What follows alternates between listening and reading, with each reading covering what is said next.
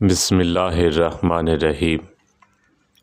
رسول اللہ صلی اللہ علیہ وسلم نے فرمایا، جو دوسروں کو نقصان پہنچائے اللہ تعالیٰ اسے بھی نقصان پہنچائے گا، جو دوسروں کو تکلیف دے اللہ تعالیٰ بھی اسے تکلیف دے گا۔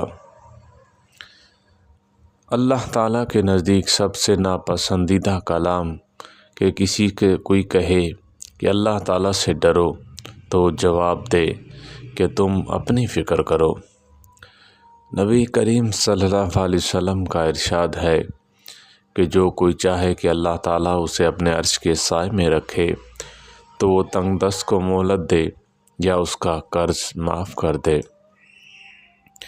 رسول اللہ صلی اللہ علیہ وسلم کا فرمان ہے، اللہ تعالیٰ اس کتاب کے ذریعے اقوام کو اٹھا لیتا ہے اور اسی قرآن کو چھوڑنے سے اقوام کو گرا دیتا ہے۔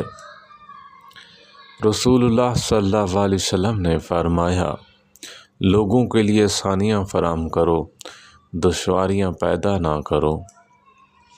رسول اللہ صلی اللہ علیہ وسلم نے یہ بھی فرمایا، باپ کی طرف سے بیٹے کے لیے بہترین تحفہ یہ ہے کہ اس کی اچھی تربیت کرے۔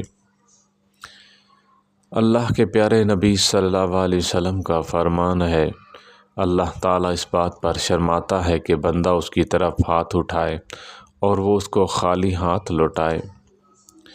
نبی کریم صلی اللہ علیہ وسلم کا فرمان ہے، قرآن پڑھا کرو کیونکہ قیامت والے دن یہ اپنے پڑھنے والے کا سفارشی بن کر آئے گا۔